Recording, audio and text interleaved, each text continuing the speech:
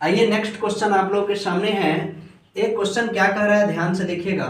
कह रहा है कि 5 से 14 तक के सभी प्राकृत संख्याओं के घनों का योग ज्ञात करना है। यानी 5 से लेकर के 14 तक के अगर संख्याओं का आज हम घन करना चाहें, ठीक है, तो घन करके अगर हम उसको जोड़े तो हमें काफी समय लग सकता है। ठीक है, जैसे 1 का क्यू, 2 का क्यू, 3 का क्यू, 4 का क्यू, 5 का क्यू, और इस तरह करते करते हम 14 तक के घनों का क्यू करें और सबको जोड़े, तो साथी मेरे हो सकता है कि इस क्वेश्चन के लिए 10 से 15 मिनट का भी समय लगे। लेकिन आपको इस क्वेश्चन को बहुत ही कम समय में करना है, तो उसके लिए आइए हम आपको क्या बताते हैं, एक नया सा तरीका बताते हैं जिससे आप क्वेश्चन को बहुत ही कम समय में सॉल्व कर सकते हैं। क्वेश्चन कह रहा है कि 5 से 14 तक, यानी 1 से 14 तक नहीं बोला है, एक क्वेश्चन बोला है कि 5 से 14 तक के संख्याओं के सभी प्राकृत संख्या किसे कहते हैं? वैसी संख्या जो 1 से शुरू हो और अनंत तक चली जाए, है ना, प्राकृत संख्या या गिनती की संख्या को प्राकृत संख्या कहते हैं। तो साथी मेरे ये भी प्राकृत संख्या है। 5 से लेकर के 14 तक के बीच में जितनी भी संख्या है, जैसे 5 का क्यू प्लस में 6 का क्यू प्लस में 7 का क्यू प्लस में 8 का क्यू प्लस में 9 का क्यू, इस तरह करते करते हमको कहाँ तक जाना है साथी? 14 का क्यू तक। ठीक है, इस तरह का संख्याओं का पूरा क्यू करना है, फिर जोड़ना है, फिर बताना है इस क्वेश्चन का आंसर क्या होगा। ठीक है, तो उतना तामझाम करने की कोई आवश्यकता नहीं है। आइए एक सटीक फार्मूला का इस्तेमाल करते हैं। जो फार्मूला कहता क्या है इसको नोट कर लीजिएगा। ठीक है, n प्राकृत संख्याओं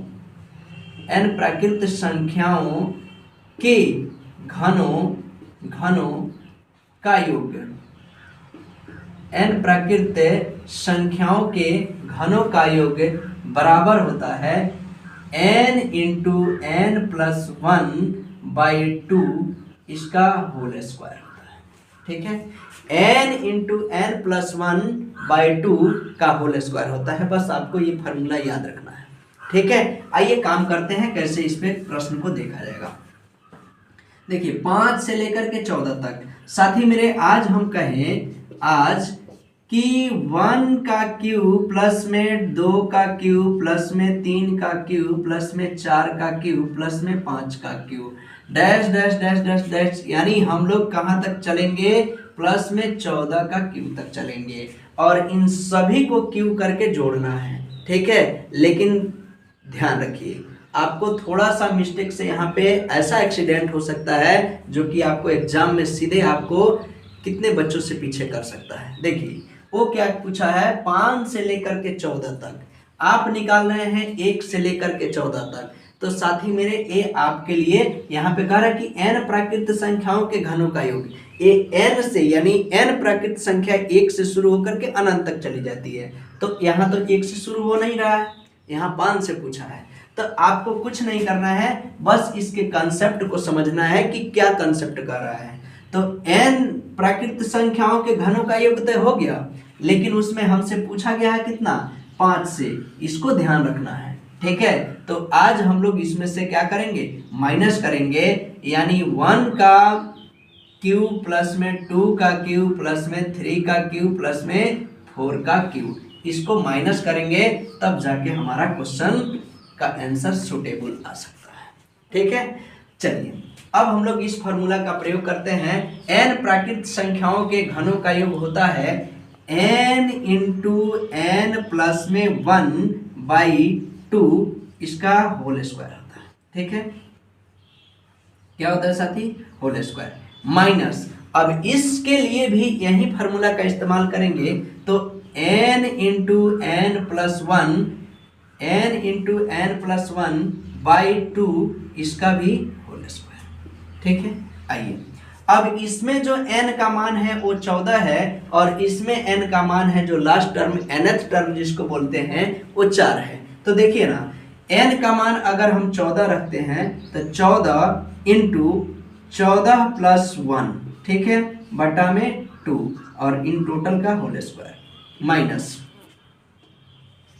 यहाँ पे n का मान कितना रखे हैं 4, और 4 इंटू 4 प्लस में 1/2, और इसका भी क्या है होल स्क्वायर है। ठीक है, हम लोग यहाँ से देखिए आसानी से इसको कट कर सकते हैं, तो 2 सत्ते 14 होता है और 2 दूना 4 होता है। देखिए ना 7 है और 14 प्लस में 1, पहले कोष्ठ के अंदर जो संख्या है उसका काम करेंगे, तो 14 में 1 जोड़ेंगे 15, और 15 में 7 से गुना करेंगे, 15 सत्ता कितना होता है 105, और इसका स्क्वायर है तो इसका स्क्वायर तो लगाना ही होगा, लगाना होगा कि नहीं।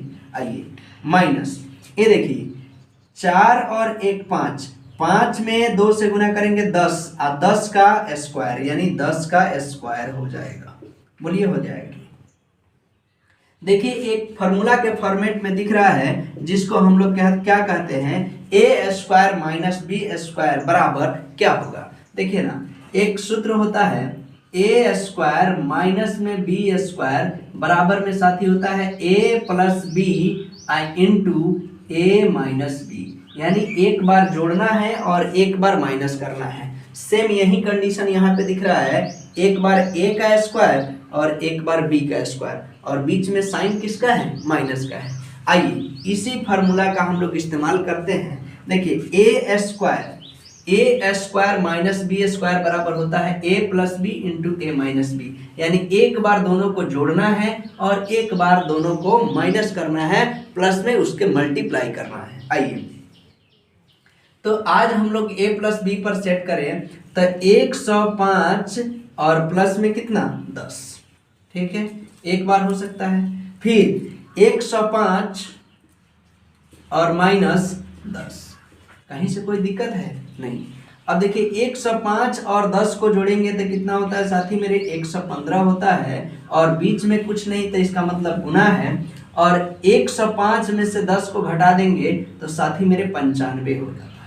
ठीक है, और आज हम इन दोनों संख्याओं को गुना कर दें, 95 गुना 115, तो ये हमारा आंसर आता है 10,925। यही इस क्वेश्चन का आंसर हो जाएगा। आप लोग मल्टीप्लाई करके देख सकते हैं, कहीं से कोई दिक्कत नहीं है।